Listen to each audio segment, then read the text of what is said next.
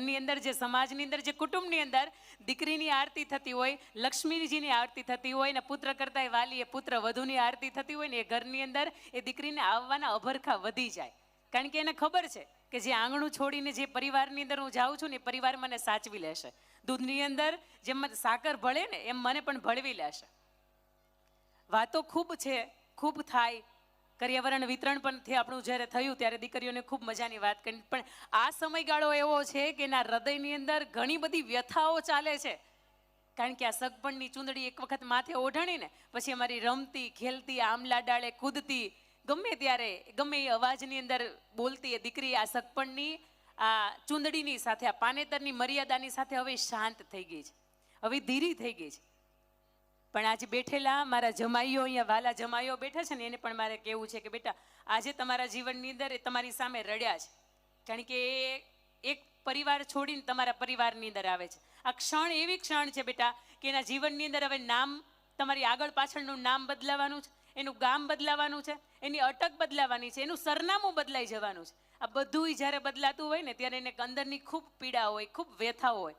અહીંયા બેઠેલી લગભગ 22, 25, 27 વર્ષની દીકરીઓના મનની અંદર વેવાઈ પક્ષને એમ હશે કે અમે દીકરી લઈને જવાના છીએ. કન્યા પક્ષને એવું હશે કે કદાચ એ બાપનું ઠેકાણું એને ગુમાવ્યું. હવે ચિંતા હતી કે દીકરીનું કેવી રીતે ગોઠવાશે. અને આ પરિવારના માધ્યમથી, કોયલડી સમૂહ લગ્નોત્સવના માધ્યમથી આ દીકરીનું સરસ રીતે ગોઠવાઈ ગયું. ચિંતા ગઈ. પણ આ બધાની વચ્ચે જ્યારે દીકરીને પૂછો ને કે બેટા હજી જાઉં સાસરે, એટલે દીકરી એવું કહેશે કે નહીં, હજી 2 ક્ષણ બાપને આંગણે રહેવાનો મોકો મળતો હોય ને તો હજી રહી લેવું છે. કારણ કે જ્યારે સગપણ નક્કી થાય, અને મહત્વની એ પણ વાત છે કે આજનો કેટલો ફાસ્ટ એન્ડ ફ્યુરિયસ લાઈફ, પણ એ બધાની વચ્ચે આ દીકરીઓએ બાપની ગેરહાજરી નથી ને તો એ સાચવી જાણ્યું છે કે તમે ઈચ્છો ન્યા લગ્ન થાય, અમે ઈચ્છીએ ન્યા નહીં. બાપનું ભલે ઠેકાણું નથી, પણ તેમ છતાંય તે પરિવારે મારું માગું જે નક્કી કર્યું છે, પરિવારે જે સગપણ નક્કી કર્યું છે ત્યાં હું કરીશ. ધીરે ધીરે કરતાં સગપણની તારીખો લેવાય, સગપણને ચૂંદડી ઓઢાય, એકબીજાને ગળે પડા છે એ પહોંચાડવામાં આવે. અને એનાથી વિશેષ કે જ્યારે કરિયાવરની બધી ખરીદી થઈ જાય ને, આખરે એક તારીખ નક્કી થાય. અને તારીખ જ્યારે નક્કી થતી હોય ને એની પહેલાં જ્યારે લગ્નની કંકોત્રીઓ લખાતી હોય, અને ત્યારે દીકરીનું જે હૃદય છે ને ધડક ધડક થતું હોય કે હવે બસ ઓછા દિવસની મહેમાન છું. અને જે દીકરીને ખબર પડી જાય ને કે મારા જ આંગણે હું બહુ ઓછા દિવસની મહેમાન છું, ત્યારે એની જે વ્યથાઓ છે ને એને આલખવી બહુ અઘરી છે. કોયલડી પુસ્તકની અંદર પણ ખૂબ મજાની એ દીકરીઓએ એના પત્રો લખ્યા છે કે મારા જીવનની અંદર પપ્પા તમારા આવવાથી શું પરિવર્તન આવ્યું છે. આ દીકરીઓ જ્યારે પરણીને સાસરે જવાની છે, સૌથી વધારે ખૂબ સરસ મજાના આપણે ઓખણા પોખણા કર્યા, દીકરીઓને આશીર્વાદ આપીને એના આંસુડા લૂછીને એને સાસરે તો મોકલીએ છીએ.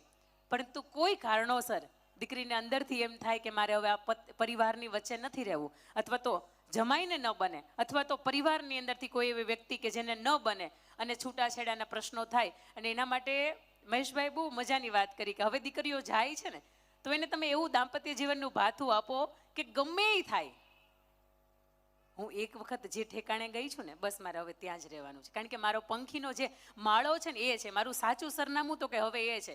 થોડુંક હું જતું કરીશ, થોડુંક મારું પાત્ર જે આજ મારો હાથ ફેરો ફરીને મારી સાથે ફેરો ફેરો છે, થોડુંક એ જતું કરશે, અને થોડાક મારા મા બાપ રૂપી જે મને નવા મળ્યા છે ને એ જતું કરશે. તમને ખબર જ નથી કે વેવાઈ પક્ષ તરફથી જ્યારે સસરા એમના જીવનની અંદર આવ્યા ને ત્યારે પહેલી વખત કોઈને પપ્પા કીધું ને ત્યારે અંદરનો અહંકાર એનો ઓગળી ગયો હતો, અંદરની એની વ્યથાઓ હતી ને એ ખુલી ગઈ હતી. એ પપ્પા કહેવાનો શબ્દ હતો ને એ એટલા માટે કે વર્ષોથી એને કોઈને પપ્પા નથી કીધા, અને તમને જ્યારે એને કીધા છે ને તો સાહેબ એ દીકરી તરીકે એને સ્વીકારી લેજો. એને પુત્ર વધુ થઈને આવે છે, પણ પુત્રથી વિશેષ ખ્યાલ રાખશે ને એ આંગણું છે ને એનું સાક્ષી રહ્યું છે. વાત મારે એ કરવી છે અહીંયા બીજી કે આ દાંપત્ય બેઠા છે, તમે 7 ફેરા ફર્યા, આમ જોઈએ તો અત્યારની વિધિ પ્રમાણે 4 ફેરા ફર્યા, ધર્મ, અર્થ, કામ અને મોક્ષ. તમે પહેલો ફેરો ફર્યા ધર્મના કામની અંદર કે જ્યારે જ્યારે મારા પતિ કે મારા પત્ની ધર્મનું કામ કરતા હશે ત્યારે એનો હાથ પકડીને હું એની હાથે જઈશ. બીજો ફેરો ફર્યા અર્થનો, ધર્મ, અર્થ, કે જ્યારે જ્યારે મારા પતિ કમાણી કરતા હશે અને કદાચ ઓછું ઘર ચાલતું હશે તો એની અંદર હું એમની સાથે સહકાર આપીશ, મારા તરફથી થતો એ આર્થિક પ્રયત્ન એમને હું કરીશ. ત્રીજો ફેરો ફર્યા ધર્મ, અર્થ, કામ, કે આ પરિવારને મારે સંતાનો આપવાના છે, નહીં કે કોઈના પરિવારની અંદર દીકરા તાજે તાજા 20-25 વર્ષના તૈયાર થયેલા દીકરાને મારે લઈને અલગ થવાનું છે. આ પરિવારને હું એક સંતાન આપવા માટે આવી છું. ચોથો ફેરો તમે ફર્યા આજ મોક્ષનો ફેરો, કે જીવનની અંદર કદાચ યમ તમને લેવા આવે ને તો એની પહેલાં હું આજ અર્ધાંગના થઈને તમારી આડી ઊભી છું, મને લઈ જાઓ જોતી હોય ને તો. આ ધર્મ અર્થ કામ ને મોક્ષના આમ જોઈને તો ગાયત્રી વિધિ પ્રમાણે 7 ફેરા આવે અને 7 ફેરાની અંદર 7 સમજણ આવે. અને આ સમજણ જો જીવનની અંદર આજે હૃદયની અંદર ઉતારી દીધી ને તો એટલું મારે બેટા કેવું છે કે જીવનની અંદર ગમે એ પ્રશ્ન આવે પણ એક વાત છે કે હું તારી સાથે છું ને તું મારી સાથે છો ને તો મને કોઈ ચિંતા નથી. સીતાજીને જ્યારે 14 વર્ષનો વનવાસની અંદર પ્રભુ શ્રી રામની સાથે ગયા ને ત્યારે પ્રભુએ એવું કીધું હતું કે આ દેવી કઈ ઓછો દિવસનો પ્રવાસ નથી, એ બહુ લાંબો પ્રવાસ છે, ત્યાં ઘણી બધી તકલીફો આવશે, ઘણા બધા દુઃખ આવશે. તેમ છતાંય સીતાજીએ ખાલી એટલું કીધું હતું તમે સાથે છો ને દુઃખ જીરવાઈ જશે. આજે તમે બેઠા છો ને મારે એ આજે જે છેલ્લી વખત તમે જેટલું મન મૂકીને રડવું હોય ને એટલું રડી લેજો. આજના જે આંસુ છે ને રડવાના એ ગરમ આંસુ હશે, કારણ કે વ્યથાના આંસુ હોય ને ગરમ આંસુ હોય. અને આજ પછીના જેટલા પણ આંસુ પડશે ને એ એક વખત મારે જમાઈઓને કેવું છે કે એના હાથ ઉપર હાથ મૂકીને આમ કહેજો કે હવે તારા આંસુ પડશે ને ઠંડા આંસુ પડશે, કારણ કે ઠંડા આંસુ હોય ને એ હરખના આંસુ હોય. આજે જેટલી વખત એને રડવું હતું ને એટલું રડી લીધું, કારણ કે હવે તમે એના જીવનની અંદર એક નવું ઉજાસ બનીને એક કિરણ બનીને તમે એના જીવનની અંદર આવ્યા છો.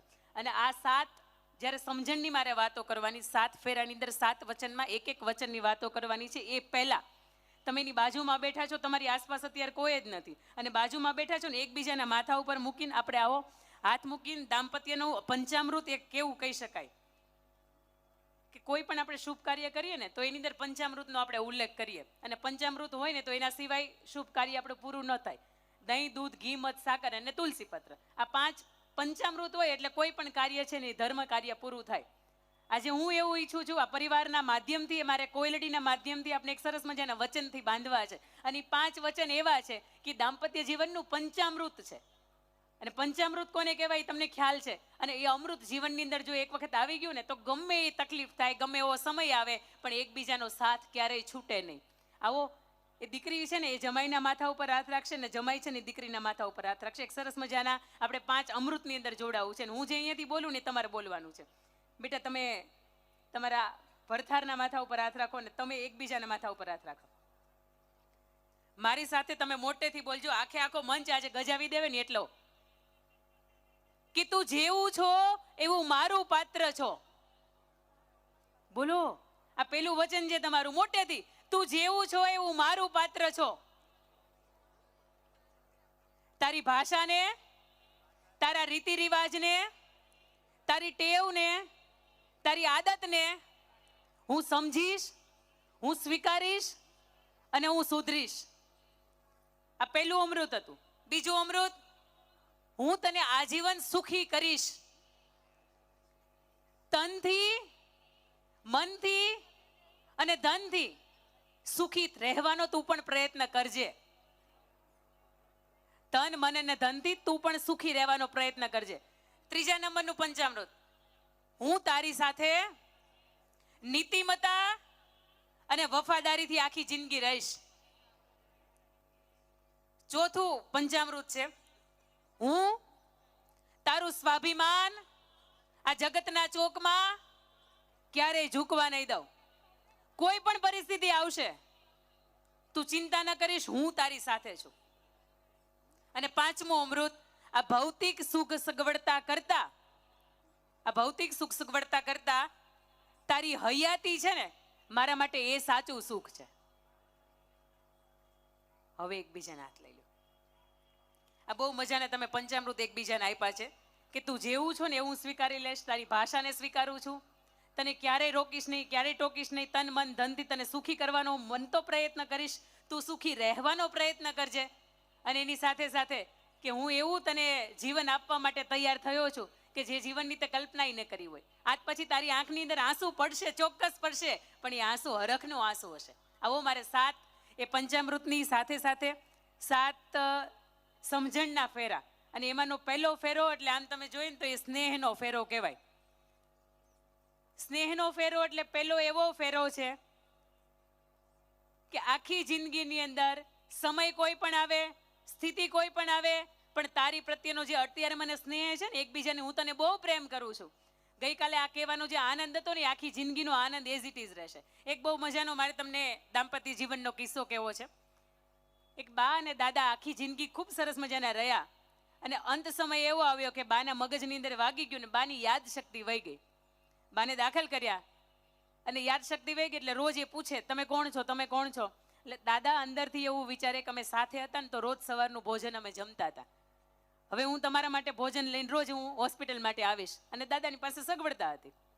દાદા રોજ સવારમાં લાકડીના ટેકા ટેકાએ જાય અને રોજ સવારમાં ભોજન એનું લઈને બાને જમાડવા માટે જાય. એટલે બા રોજ પૂછે ભાઈ તમે કોણ છો. એટલે દાદાને થોડીક વાર અજુગતું લાગે, પણ આ રોજનું થયું કે ભાઈ એમની યાદશક્તિ વહી ગઈ છે. એટલે રોજ નર્સ છે ને એ રોજ રાહ જુએ અને નર્સ એવું કહે કે દાદા હવે તમે ન આવો તો સારું, આ રોજ તમને ઓળખતા તો છે નહીં અને છતાંય તમારું આવવું એ વ્યર્થ છે. અને ત્યારે દાદાએ બહુ મજાની વાત કરી કે એ મને નથી ઓળખતો પણ હું તો એને ઓળખું છું ને, મારી અર્ધાંગના છે. ભલે ને અત્યારે એની યાદશક્તિ એને ગુમાવી દીધી, આ સ્નેહ છે. કદાચ એ પાત્ર આપણું પાત્ર આપણને ભૂલી જાય ને ઓળખતું, આ કુદરત કરામત કરે ને આપણું પાત્ર આપણને ઓળખતું ભૂલી જાય, છતાં એની સેવાની અંદર, છતાં એના જીવનની અંદર સુખ ભરવામાં આપણે કોઈ જાતની કચાશ ન રાખીએ. વાત નંબર 2 કે બીજી જે ફેરાની બીજી જે વચનની વાત છે ને એ સમજદારીની વાત છે. ઘણી વખત આપણે ભૂલ હશે ને એટલે આપણને હાથ પકડીને ખીજાશે, આપણને રોકશે, આપણને ટોકશે, બધાની વખત જાહેરમાં કહી દેશે. પણ અહીંયા મારે સાસુબાના ને વહુના પ્રસંગની તમને વાત કરવી છે. વર્ષો અગાઉ એક સમયગાળો એવો હતો કે સાસુબા બેઠા હોય એટલે ગળપણ ખવાય નહીં અને એને પૂછીને ખાવું પડતું કે બા તમે કહેતા હોય તો હું ગળપણ ખાઉં. એટલે ગળપણમાં ઢેફલા તો પછીની વાત આવે, પણ પેલા ગોળે ન ઓડાય.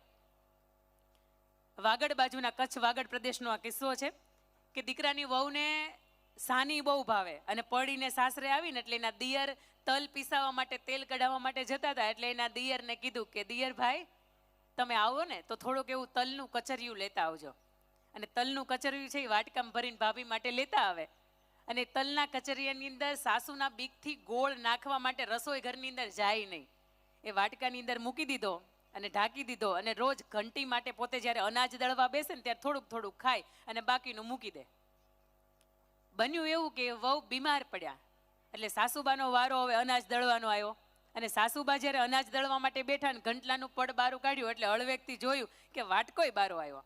વાટકો જોયો ને એટલે એને અંદરથી એવું થયું કે અરે મારી સાસુ, મારી વહુ આટલી બધી ડરતી હશે મારાથી કે મને પૂછ્યા વગરનું આવી રીતે ચોરી છુપીથી એને ખાવું પડે. એટલે થોડુંક એને એવું થયું કે હું ચાખી તો જોઉં કેવું ખાય છે મારી વહુ. અને એ જ્યારે ચાખવા જાય છે ને તરત દેખાય છે આ તો મોળું છે. એટલે બીજો વિચાર આવે કે એની અંદર એને ગોળ નાખવાની હિંમત ન થયું, આટલી બધી મારી ધાક હશે. એટલે સાસુબા ગયા એ સાનીની અંદર કોરું જે તલ જેવું હતું ને એની અંદર 1 ચમચી ઘી નાખ્યું, થોડુંક ડ્રાયફ્રૂટ નાખ્યું અને બરાબરનો અંદર ગોળ મસળીને અને એક વાટક્યો હતો ને એની જગ્યાએ મૂકી દીધો. 3-4 દિવસ પછી વહુને સારું થઈ ગયું. આ સમજદારીનો ફેરો છે. પણ આ સમજદારી બે પતિ પત્નીની વચ્ચે નહીં, જે સૌથી વધારે તમારી સાથે રહેવાના છે ને સાસુ ને વહુ વચ્ચેની સમજદારીનો આ ફેરો છે. એની અંદર મૂકી દીધો અને જ્યારે પોતાનો વારો આવ્યો 3-4 દિવસ પછી અને ગંટલે દળવા બેઠી એટલે એની યાદ આવી કે પેલી સાની ખાવાની છે. અને વાટકો જેવો બારો કાઢ્યો ને જોયું તો સફેદ ઉપરથી લાગતું હતું. એટલે એને એવું લાગ્યું થોડીક વાર બાટી ગયું છે કે શું, પણ સુગંધ કરી એટલે ઘીની સુગંધ આવી અને થોડોક એવો હળવેકથી એને ટેસ્ટ કર્યો એટલે ગળપણ લાગ્યું. અને તરત વિચાર આવ્યો કે મારા સાસુબાની બીકથી મેં મૂક્યું નહોતું પણ નક્કી આ સાસુબાએ જ કર્યું હશે. આ વાતને કોઈ ખુલાસો ન થયો, વર્ષો વીતી ગયા અને જે સાસુબા હતા ને એ પરસાસુ થઈ ગયા. જે પરણીને સાસરે વહુ આવી હતી એ સાસુબા થઈ ગયા અને એની ઘરે ત્રીજી વહુવારું આવી ગઈ. અને એ વહુવારું આવીને એટલે તરત પરસાસુએ કહ્યું કે એમ તો ડાઈ છે, કૈયાગરી છે, માનીતી છે, નમણી છે, હોશિયાર છે, પણ તને કેવી લાગે છે? અને જે સાસુ બની ગયેલી જે વહુ હતી ને એવું કંઈક થોડીક મોળી લાગે છે. અને તરત ઓલા સાસુબાઈ પરસાસુ એવું કીધું કે એની અંદર થોડોક ગોળ નાખીને હાનીને જેમ ભેળવી દે ને એ મીઠી થઈ જાય. આવનારું પાત્ર છે ને કદાચ સાહેબ મોડું હશે તમારી આંગણે પણ એને મીઠું કરવાની જવાબદારી આ તમને હોપીએ છે. આ કોયલડી લગ્નોત્સવની અંદર એને મીઠું બનાવી દેવાની જવાબદારી તમારી છે. કારણ કે હવે એની પાછળ તમારા સંતાનનું, તમારા દીકરાનું નામ લાગવાનું છે. એની આગળની જે અટક લાગશે ને તમારી લાગવાની છે. અને આપણું હોય ને એને વગોવાય નહીં, આપણું હોય ને એને બદલી લેવાય, આપણું હોય ને એને સુધારી દેવાય, આપણું કદાચ મોડું હોય ને તો એને મીઠું કરી દેવાની જવાબદારી આપણી આવે છે. ત્રીજો ફેરો એટલે ત્રીજું વચન એ સમાધાનનું વચન છે. સમાધાનની અંદર વાત આવે છે ને ત્યારે જમાઈ રાજાની વાત આવે છે કે તમારે સ્વભાવમાં કેટલો ફેરફાર લાવવાનો છે. એ તમને અત્યારે હું હારી નહીં લાગુ કારણ કે આ તો છેલ્લો વિદાયનો સમય છે. એના બેન ક્યાં શીખ આપવા આવે પણ આ શીખ બહુ મહત્વની છે, યાદ રહેશે. આ રેકોર્ડ કરશે ને એટલે તમે એકબીજા માથે જેમ હાથ રાખ્યા છે ને એ બધું રેકોર્ડિંગમાં આવી જાય. મને નહીં લેતા પણ એમને લેજો. ત્રીજો ફેરો છે ને સમાધાનનો ફેરો છે. એક ભાઈની ઉંમર થઈ ગઈ અને નક્કી થયું કે ભાઈ હવે પરિવારની અંદર આપણે રહેવું નથી કારણ કે આપણે કઈ પ્રમાણે કઈ ઘરની અંદર હાલતું નથી અને આપણે એવું કરવું છે, આપણે આપણા ફાર્મ હાઉસમાં રહેવા વયું જવું, ઘરની રીતે, મારા પત્ની એની રીતે, બાળકો એની રીતે, ને આપણે એકલા. એ ભાઈ આવ્યા એના ફાર્મ હાઉસની અંદર રહેવા માટે, અને ત્યાં રહેવા આવ્યા એટલે ફાર્મ હાઉસ કેટલા સમયથી બંધ હતું, એટલે નળ રિપેર કરાવ્યા, પ્લમ્બરને બોલાવ્યો અને બધા વ્યવસ્થિત બધું પાણીને બધું ચાલુ કરાવ્યું. પ્લમ્બર આવ્યો ને એનું કામ ખરેખર અડધી કલાકનું હતું, પણ એણે 2 જોરથી હથોડા માર્યા એટલે નળ ને બધું તૂટી ગયું. સાંજ પડી ગઈ એના કામની અંદર, અને પેલો એવો ખાધા પીધા વગરનો, અને એના પત્નીએ પાછું એને ટિફિન જે પ્લમ્બરને આપ્યું હતું ને એ પાછું મોળું હતું શાક, એટલે એ બરોબર ખાધું ન ખાધું ને મૂકી દીધું. એટલે સાંજે એ ધુઆ ફુવા થઈ ગયો હતો. પોતાની 2 વ્હીલ પાસે ગયો એટલે એમાં પંચર હતું, એટલે શેઠને એવું કીધું કે શેઠ તમારે ઘર સુધી મૂકી જાઓ. એટલે શેઠને એવું લાગ્યું કે બિચારો આખો દીનો હેરાન થાય, લઈને મૂકી આવું. મૂકવા ગયા, પેલો ધુઆ ફુવા હતો, તીખો હતો, ઘર જેવું આવ્યું, એનું આંગણું જેવું આવ્યું. આંગણાની બહાર એક સરસ મજાનો એક નાનકડો એવો છોડ હતો, અને છોડની પાસે આમ હાર પહેરાવતા હોય ને એવું એને કંઈક પહેરાવી દીધું, અને અંદર ગયા. એટલે શેઠને કીધું કે આવો ને તમે અંદર આવો. શેઠે પ્લમ્બરની સાથે અંદર ગયા, અને અંદર જઈને પેલો બેઠો, એના મમ્મી પપ્પાને ખબર અંતર પૂછ્યા, એના બાળકોની સાથે રમ્યા, એના પત્નીને એક પણ જાતની ફરિયાદ ન કરી કે શાકમાં મીઠું કેમ નહોતું નાખ્યું. હળવેકથી પોતાનું ટિફિન હતું એ કાઢીને મૂકી દીધું. પેલા માણસને નવાઈ લાગી કે આટલો બધો આનામાં સુધારો ક્યાંથી આવી ગયો, આ ઘરની અંદર કોઈની બીક હશે કે શું. પણ તેમ છતાંય તે 10-15 મિનિટ બેઠા, અને પેલો પ્લમ્બર એને શેઠને મૂકવા માટે બહાર આવ્યો, એટલે શેઠે તરત પૂછ્યું કે તું ધુઆ ફુઆ થઈ ગયો હતો, તું મગજનો બરાબરનો તીખો હતો, આખા દિવસ તારા કામથી તું કંટાળ્યો હતો, પણ તેમ છતાંય તું ઘરે આવ્યો અને આ પેલું કંઈક ટીંગાડ્યું, એ તે શું કર્યું? એનું મને તારું એ તું મને વાત કરી કે એ તે શું કર્યું? અને ત્યારે પેલો માણસ એવું કહે છે કે હું મોટો શેઠ હતો, એ દુનિયાની માટે હતો, પણ હું ઘરે ગયો ને એટલે હું કોઈનો પતિ છું, હું ઘરે ગયો ને એટલે કોઈનો પિતા છું, અને હું ઘરે ગયો ને એટલે કોઈનો હું પુત્ર છું. અને આ વાતને હું પેલું પ્રાધાન્ય રાખું છું. આ બહારની ચિંતા છે ને હું બધી બહાર ઠલવીને આવું છું, ફરીથી બીજે દી જાઉં એટલે મારી ટોપલો છે ને હું ઝાલતો જાઉં, અને ફરીથી સાંજે થાક્યો પાક્યો ઘેર આવું ને એટલે એ ટોપલો છે ને હું બહાર મૂકતો આવું. અને ત્યારે એ માણસ છે ને એ પોતાના ફાર્મ હાઉસ ઉપર ન ગયો, પણ એ માણસ પોતાની ઘરે ગયો અને બધાની યાર સમાધાન કરી નાખ્યું ને ફરીથી પોતાના હસતા મુખેથી રહેવા માંડ્યા. એક દિવસની અંદર કોઈ વ્યક્તિના માધ્યમથી એના જીવનની અંદર સમાધાન થઈ ગયું. આ ત્રીજો ફેરો છે ને એ સમાધાનનો ફેરો છે. એના પછીનો ચોથો ફેરો આમ જોઈએ ને તો ચોથો ફેરો સન્માનનો ફેરો છે. આ બહુ મહત્વની વાત છે. આજના સમયની અંદર લગભગ દાંપત્ય જીવન તૂટે છે ને એનું કારણ સન્માન નથી મળતું. મેં હમણાં તમને એકબીજાના ઉપર માથા ઉપર હાથ રેખાડ્યો ને ત્યારે મેં કહ્યું હતું કે એકબીજાને હું સ્વાભિમાન તમારું ઝૂકવા નહીં દઉં, અને તમારું સન્માન હું કોઈ પણ પરિસ્થિતિમાં જાળવીશ. પ્રભુ શ્રી રામના અને દેવી સીતાજીના લગ્ન થયા ને, તમને ખબર છે એક વસ્તુ એને, તમે લગ્ન થયા એકબીજાને એટલે એકબીજા માટે એક વસ્તુ લીધી હશે ને એને આપવા માટે, કે ભાઈ લગ્નની હું તને એક ગિફ્ટ આપીશ, મારાથી પહોંચી શકાય એટલું હું તમને એક નાનકડી ગિફ્ટ આપીશ. લીધી છે? હા કે ના? નો લીધી હોય લઈ આવજો પાછા, યાદગીરી માટે કંઈક તો લાવવું પડે ને તમારે. પ્રભુ શ્રી રામના દેવી સીતાજીના લગ્ન થયા ને એટલે એને બહુ મજાની એક ભેટ આપી હતી. અહીંયા બેઠેલા આપને પણ મારે પૂછવું છે કે શું ભેટ આપી હતી, ધ્યાને છે? પ્રભુ શ્રી રામે સીતાજીને એક ચૂડામણી આપી હતી, અને એની સાથે સાથે એક વચન આપ્યું હતું, અને વચન બહુ મહત્વનું વચન હતું કે જે આજે આ વચન તમારે પણ એકબીજાને આપવાનું છે. એ વચનની અંદર પ્રભુ શ્રી રામે એવું કહ્યું હતું કે અયોધ્યાની અંદર, અયોધ્યાની પરંપરાની અંદર, અયોધ્યાના રીતિ રિવાજની અંદર ભલે 1, 2 અને 3 પત્ની રાખવાનો રિવાજ હોય, પણ મારા જીવનમાં સીતાજી તમે એક જ આવ્યા છો ને, તમે એક જ મારી અંત સુધીમાં મારી અર્ધાંગના તરીકે, મારી પત્ની તરીકે તમે એક જ રહેશો. તમારા સિવાય કોઈ બીજા સ્ત્રી પાત્રને હું મારા જીવનની અંદર સ્થાન નહીં આપું. વનની અંદર ગયા હતા, શૂરપંખા બહુ સરસ મજાની રૂપાળી હતી, અને એને પ્રભુ શ્રી રામ ગમી ગયા, એને લગ્ન કરવા હતા. ના પાડી પ્રભુએ કે દેવી સીતા છે ને એના જીવન મારા જીવનમાં એના સિવાય કોઈ સ્ત્રીને મારે સ્થાન નથી આપવું. અને ત્યારે એને લગ્ન કરવાની જીદ કરી, એટલે લક્ષ્મણજીએ નાક કાપી નાખ્યું, અને પછી ત્યાં જઈને બદલો વાળવા માટે કીધું કે સીતાજીને ઉપાડી આવો, કારણ કે મારે જે રામની સાથે પરણવું છે ને, રામને એક વધારેનો એક જો કોઈ નડતું હોય ને તો એ સીતાજી નડે છે. પણ પ્રભુ શ્રી રામે એક સરસ મજાનું વચન આપ્યું હતું કે મારા પિતાશ્રીને ભલે 3 રાણી હોય, પણ મારા જીવનની અંદર તું એક જ રાણી રહેશ. અને તમને એવું લાગતું હોય કે સ્ત્રી મેકઅપથી સુંદર લાગતી હોય તો આ વાત તદ્દન ખોટી છે, તદ્દન ખોટી છે. કાલ હું તમને જોઈશ ને તો હું ઓળખી નહીં શકું કે આ મારી દીકરી કાલે આજ પરણીને કઈ ગઈ છે ને એ જ છે. પણ એક વાત છે ચોક્કસ કે સ્ત્રી સુંદર લાગતી હોય ને તેની પાછળના 3 કારણ હોય. અહીંયા મંચની આગળના ભાગની અંદર બેઠેલા ને અહીંયા મારી દીકરીઓને ખાસ કેવું છે, આજ તો એનો દિવસ છે સજવાન ધજવાનો, એટલી હકથી સજે ધજે, પણ એ 3 કારણથી સુંદર લાગતી હોય. કારણ નંબર 1 કે એ દીકરીના જીવનની અંદર જેનો પતિ મળ્યો છે ને એને વફાદાર હોય, એ નીતિમત્તાથી એનું કામ કરતો હોય, વફાદારી એની પતિની વફાદારી હોય ને સ્ત્રીના ચહેરા ઉપર દેખાય. એના પછીનો બીજો પોઈન્ટ કે સ્ત્રી ક્યારે સુંદર લાગે, એનું સત્વ હોય ને, એનું ચરિત્ર હોય ને એ ઉજળું હોય. જીવનમાં ક્યારેય કામ ન થયું હોય કે જેનાથી ચરિત્ર ઉપર દાગ લાગે. આવી દીકરી હોય, આવી સ્ત્રી હોય ને એ સુંદર લાગતી હોય. અને પોઈન્ટ નંબર 3 કે જે સ્ત્રી પરિવારને પ્રેમ આપી શકે અને એ પરિવારનો પ્રેમ પામી શકે ને, આ સ્ત્રી સુંદર લાગતી હોય. ભલે માણસ મેકઅપથી સુંદર ન લાગે, એ કડીક બડીકના ખેલ હોય.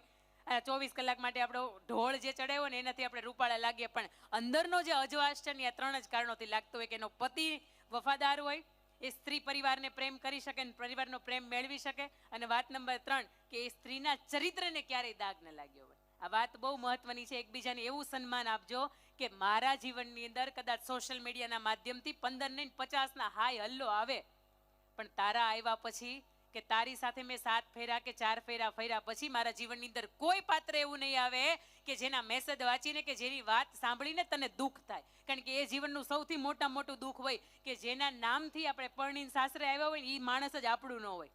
આનાથી વિશેષ જીવનની અંદર દુઃખ જ કોઈ ન હોય. એના પછીનો ફેરો એટલે 5મો ફેરો, અને 5મો ફેરો એટલે સત્યનો ફેરો છે. એકબીજાને સત્યનું વચન આપવાનું છે. સુરતનો મારે તમને એક કિસ્સો કેવો છે. એક દંપતીના લગ્ન થયા, 8-10 વર્ષ વીત્યા, અને 8-10 વર્ષ વીત્યા પછી કોરોનાની અંદરનો સમય ગયો, અને એ પતિ સાંજે ઘરે આવે ને એટલે મુરઝાયેલા, થાકેલા, હારેલા જેવા લાગે. એટલે એના પત્ની એવું કીધું કે આજકાલ થોડોક તમે ગુસ્સોય વધારે કરો છો, થાકીએ જલ્દી જાઓ છો, કોઈ કારણ છે, કોઈ ચિંતા છે, કોઈ ટેન્શન છે? કારણ કે 25 તારીખ વટે ને એટલે હપ્તાને બધાને ટેન્શન હોય. પણ એ માણસને ઘણા સમયથી એ જુએ છે એના પત્ની કે કોઈ ચિંતા લાગે છે. એટલે એના પતિએ તરત એવું કીધું કે 8 લાખનું કરજ થઈ ગયું છે, બોલ તું શું કરાય, તું મને પૂછીને શું કરાય? ત્યારે ગુસ્સાની સાથે કીધું. એટલે એ સ્ત્રી હળવેકથી અંદર ગઈ. એના પપ્પા તરફથી એને 4 તોલાનું સોનું મળ્યું હતું, અને એના સસરા તરફથી 8 તોલા સોનું મળ્યું હતું. એ ટોટલ કુલ 12 તોલા સોનું લઈ એના પતિના હાથની અંદર મૂકે છે ને એવું કહે છે કે મારાથી બસ આટલું થશે, આનાથી વધારે નહીં થાય. આને તમારે વેચવું પડે ને તોય વેચી નાખો, અને આને તમારે ગીરવે મૂકવું હોય ને તોય તમે મૂકી ગયો. આ તમારું 8 લાખનું કરજ છે ને એ મને જીવવા નથી દેતું. અડધી રાતે મારી ઊંઘ ઉડાડી દે છે, અને તમે હસતા છો ને તો અમે હસતા છીએ, કારણ કે મારા જીવનનું સાચું ઘરેણું છે ને એ તમે છો. આ તોલાનો હાર નથી, જેના નામથી હું તમારા નામના શણગાર સજું છું, પણ તમે જ ખુશ નથી તો એ મારે શણગાર સજીને જવું જ ક્યાં? એટલે સાચું ઘરેણું આપણું પોતાનું પાત્ર છે. કદાચ એને સત્ય કહી દઈએ ને કે જીવનમાં આવી ઘટના બની ગઈ છે તો એ પાત્ર તરફથી સાથ મળે. પણ સત્ય છે ને એની મજાની તાકાત છે. એના પછીનો 6થો ફેરો એટલે સ્વીકારનો ફેરો. આ બહુ મજાની વાત છે કે મેં કેટલા એવા દાંપત્ય જીવન જોયા છે કે લગ્ન પછી સંતાન ન થાય, અથવા તો લગ્ન પછી કોઈ જાતનો શારીરિક અસર થઈ જાય, અથવા તો લગ્ન પછી કોઈ એવી બીમારી, માનસિક રીતે ડિપ્રેશનમાં જતા રહે તો તરત વાત થઈ જાય કે છૂટું કરી નાખવું છે. લગ્ન પછી કદાચ જેનો હાથ પકડીને તમે હવે કેડીએ ચાલવાના છો, જે બાપનું નામ ભૂસીને તમે એક નવા પાત્રનું કે જે તમારા અડધું અંગ કહી શકાય આવા પાત્રનું નામ તમારી પાછળ લગાવવાના છો, અને એના જીવનની અંદર કદાચ કોઈ આર્થિક મુશ્કેલીઓ આવે ને તો એના જીવનની અંદર એનો સાથ નહીં છોડતા એવું કહેજો કે મીઠુંનો રોટલો કદાચ ખાવો પડતો હશે ને તોય ખાઈ લેશું, કદાચ એક ઝૂંપડામાં રહેવું પડતું હશે ને તોય રહી લેશું, કદાચ એક ગાળામાં 12x35ના ગાળામાં રહેવું પડતું હશે ને તોય રહી લેશું, પણ તમારા વિના નથી રહેવું. અને જ્યારે આ સંકલ્પ તમે આ કોયલડીના લગ્નોત્સવના માધ્યમથી લઈને જાઓ ને એટલે બે પરિવારના હૈયા હાશકારો થઈ જાય કે હાશ, હવે મારા દીકરાઓ જીવતા શીખી ગયા. સ્વીકાર બહુ મહત્વનો છે. વડોદરાનો આ કિસ્સો તમને મને શીખવે છે કે લગ્ન થયા, પ્રેમ લગ્ન કર્યા, ભાગીને લગ્ન કર્યા, બંને પરિવાર સ્વીકારતા નથી. દીકરીનો પરિવાર બિલકુલ નથી સ્વીકારતો.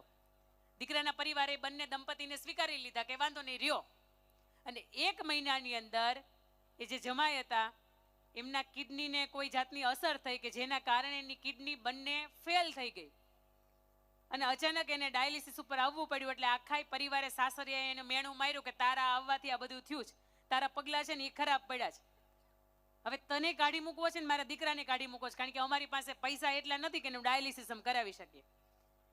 એ બંને દંપતી બરોડાની અંદર આજે પણ રહે છે, સંતાન નથી, અને લગ્ન થયા એના 23 વર્ષ થયા, અને આજ સુધીમાં લગભગ એને 2300થી વધારે વખત ડાયાલિસિસ કરાવ્યું છે. એ સ્ત્રી મજૂરી કરે છે, એ સ્ત્રી નોકરી કરે છે, અને પતિને સાચવે છે ને એનું આખું દાંપત્ય જીવન છે ને સાહેબ એ નિભાવે. તમે વિચારો તો ખરા, જીવનની અંદર આવું દુઃખ છે તેમ છતાં એ સ્ત્રીએ ક્યારેય એનો સાથ છોડ્યો નથી, અને આ સાથ છે ને એ નવી ઉર્જા ભરે છે. અને એના પછીનો 7મો ફેરો, 7મું વચન એટલે સરળતાનું વચન, કે અહીંયા તમે તૈયાર થયા છો ને તમને બહુ મજા આવે, લગ્નનું ખાઈએ ને બહુ મજા આવે, પણ મૂળ પાછા સાદાઈની અંદર આવી જઈએ ને ત્યારે વધારે મજા આવે. તમે બાપુજીને જુઓ ને તો કોઈ જાતનો ભપકો નહીં, તમે મારી દીકરી આયુષીબેન આજ બેઠી છે, એના આંગણાનો આ પ્રસંગ છે ને, છતાં હાથની અંદર એને કાંઈ નથી પહેર્યું. મહેશભાઈને જોવો ને તો મહેશભાઈ 2 કલાક પછી તમને એવા જ લાગતા હોય કે જ્યારે આજે પ્રસંગ ઉકેલીને તમને લાગતા હોય. આટલી સાદગી છે. અને જીવનની અંદર ભગવદ્ ગીતાની અંદર એ 3 વાત છે કે રજસ, તમસ અને સાત્વિક. રજસમાં મજા નથી, તમસમાં મજા નથી, જે મજા છે ને એ સરળતામાં મજા છે. ઘરને આંગણે કોઈ આવે અને તમારું બધું કામ મૂકીને તમે એને આવકાર મીઠો આપી શકો ને તો કોઈના હૃદયની અંદર વસો. આજે હિરોઈન હોય કે કોઈ સેલિબ્રિટી હોય ને તમારે રહેતી હોય ને મગજમાં રહેતી હોય, પણ કોઈનામાં સરળતા તમને સ્પર્શી જાય ને તો એ કાયમીને માટે હૃદયમાં રહેતી હોય. આજે આ 7 વચનથી જ્યારે આપ 4 ફેરાના માધ્યમથી એકબીજાની સાથે બંધાયા છો, આપને મેં તમને હમણાં થોડીક વાર પહેલા કહ્યું એમ કે લગ્ન કદાચ અત્યારે પૂરા થઈ ગયા છે ને હવે તમારા સાચા ઘરની અંદર તમારા સાચા સરનામે તમે જઈ રહ્યા છો, તો એક ધબકતું હૃદય છે ને એવું કહેતું હશે કે બાપને આંગણે હજી રહી જવું છે. આજે અમે પ્રસંગ ઉકેલો, આ માંડવા તમારા આવવાથી કેવા સરસ મજાના જાજરમાન લાગતા હતા. આજે તમે જાઓ છો ને ત્યારે માંડવાનો ખૂણો પૂછતો હશે કે બધી વસ્તુ બરોબર છે, થાળી બરોબર, વાટકા બરોબર, ચમચી બરોબર, ઘરને આંગણે આવેલા મહેમાન છે ને એ બરોબર છે, એમાંથી એ કંઈ ઓછા નથી થયા. એક પાત્ર કે જેનાથી આજે આખો સમારંભ અમને જાજરમાન લાગતો, તો એ પાત્રને તમે ક્યાં મૂકી આવ્યા છો?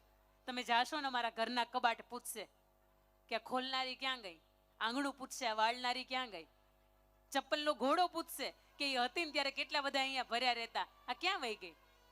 બધું યથાવત છે, પણ અમારી એક દીકરી જાય છે, એના કારણે આજે ઘણું બધું સૂનું થઈ જાય છે. અને દીકરીને એવું પૂછો ને કે બેટા કરિયાવરની અંદર શું લઈ જવું છે, એટલે એ શું કહેશે ખબર છે કે મારે કાંઈ નથી લઈ જવું, તમારથી પહોંચાય ને એટલું દેજો. પણ મહેશભાઈએ 4 વસ્તુ આ કરિયાવરની અંદર આપી છે. પહેલી વસ્તુ આપી છે કે દીકરીને શિક્ષણ તમે તમારા તરફથી આપ્યું છે, જેટલું થઈ શકતું હતું એટલું આપણે શિક્ષણ આપ્યું. કરિયાવરમાં 4 વસ્તુ આપવાની હોય. પહેલી વાત કે એને તમે શિક્ષણ આપ્યું છે. બીજી વાત કે એને તમે સમજણ આપી છે અને બાકી રહી ગઈ હતી એટલી મેં આપી છે. ત્રીજી વાત કે એને અમે થોડીક સંપત્તિઓ આપી છે કે જેના કારણે એનું જીવન વ્યવહાર એને નિભાવવો સરળ બની જાય. અને ચોથી વાત, બાપ જો જીવનની અંદર વ્યસન હોય ને તો આજે દીકરી તમને મળવા ભેટવા માટે આવે ને તો એ વ્યસન એને આપી દેજો. કારણ કે એ વ્યસન તમે આપી દેવો ને એનાથી તમે અનેક ગણા ઉજળા છો. અને દીકરી એવું કહેતી હશે કે બાપ તમે ખૂણે ખૂણેથી મને વસ્તુ લાવીને દીધી, પણ હજી એક વસ્તુ ઘટે છે. અને એ વસ્તુ શું? તમારું વ્યસન. કારણ કે તમે જાગૃત છો, તમે ઘરની અંદર હયાત છો ને ત્યાં સુધી એમના ચહેરા ઉપર આ રોશની છે, ત્યારે એમના ચહેરા ઉપર આ અજવાળા છે. કારણ કે તમને કાંઈ થશે ને તો એમ નહીં સહન નહીં થાય. એ તમે મામા સ્વરૂપે વળાવવા આવ્યા હોય તોય ભલે, એ કાકા સ્વરૂપે આવ્યા હોય તોય ભલે, અને કદાચ સસરા સ્વરૂપે તમે એ વહુને લેવા માટે આવકારવા માટે આવ્યા હોય તોય ભલે. પણ આ લગ્નોત્સવ એટલે એવો ઉત્સવ છે કે જેની અંદર તમારું આ વ્યસન છે ને એને પણ તમારે આ કન્યાદાનની અંદર, કરિયાવરની અંદર આ આપી દેવાનું છે. અને એના પછી દીકરીને કદાચ એવું પૂછવામાં આવે કે બેટા હજી રોકાઈ જવું છે, હજી કદાચ તમને એમ થતું હોય કે હજી કાલનો દિવસ મારા લગ્ન ઉત્સવ હોત તો કેવું સારું હતું, હજી એક દિવસ હું આંગણે રોકાઈ ગઈ હોત. અંદરથી હૃદય એવું કહેતું હોય કે હજી રોકાઈ જવું છે. અને દીકરીના વ્યથા એ શબ્દોના રૂપની અંદર આપણે કહીએ તો કદાચ એવું હશે કે દાદા તમારી લાડકડી હજી નાનકડી, દાદા શીદને રચો છો વિવાહ, નથી જાવું સાસરીએ. દાદા તમારે આંગણીએ ખૂબ રમવું હતું, નથી ખબર ફરી ક્યારે મળાય, નથી જાવું સાસરીએ. અને તેમ છતાંય બેટા અમારે કઠણ હૈયું કરીને, કઠણ હૃદય ઉપર અમારો હાથ રાખીને એક બાપ તરીકે, એક પરિવારના સભ્યો તરીકે અમારે તમને વિદાય આપવાની છે, પણ અસંખ્ય ગણા આશીર્વાદની સાથે તમને આપવાની છે. એ સમજણના આશીર્વાદ તમે ગણો તોય ભલે, એ સંઘર્ષના આશીર્વાદ ગણો તોય તમે ભલે, એ સત્યના અને સમર્પણના અને સ્નેહના આશીર્વાદ ગણો તોય ભલે. અહીંયા ઉપસ્થિત દરેક વ્યક્તિ એવું ઈચ્છે છે કે તમારા જીવનની અંદર આવનારા જે દિવસો છે એ ખૂબ સુખમય નીવડે. રામદેવ પીર બાપા તમારા જીવનના દરેક કષ્ટો હરે, કષ્ટભંજન દેવ તમારા જીવનના દરેક કષ્ટો હરે. અને આ બધાના આશીર્વાદની સાથે એક તમારો જમણો હાથ ઊંચો કરો ને, તમારો જમણો હાથ આ બેઠેલા આ દીકરીના જમાઈના માથા ઉપર આમ હાથ મૂકતા હોય આવી રીતે તમારો હાથ મૂકો ને. અહીંયા જેટલા પણ બેઠા છે ને બેટા, એના હૃદયની અંદર બસ એક જ ભાવ છે કે તમારું જે દાંપત્ય જીવન છે ને કોઈ પણ સંજોગોમાં તમારે ટકાવી દેવાનું છે. તમારા જીવનની અંદર આવનારા દરેક પ્રસંગ છે ને એની અંદર તમારે એકબીજા સાથે રહેવાનું છે. અને અંતિમમાં એટલે અમે અમારા તરફથી બધાય તરફથી એટલું કહીએ, बाबुल की दुआएं लेती जा, जा तुझको सुखी संसार मिले, मायके की दुआ मायके की कभी ना याद आए, જા સસુરાલ में इतना प्यार मिले. અને અંતની અંદર રાધા કૃષ્ણનું સૌભાગ્ય તમને મળે. બે હાથ ઊંચા કરજો ને જમાઈની દીકરી તરફ. રાધા કૃષ્ણનું સૌભાગ્ય તમને મળે, શિવ ને પાર્વતીનું સૌભાગ્ય તમને મળે, રામ અને કૃષ્ણનું અને રામ અને સીતાજીનું સૌભાગ્ય તમને તમારા જીવનની અંદર મળે.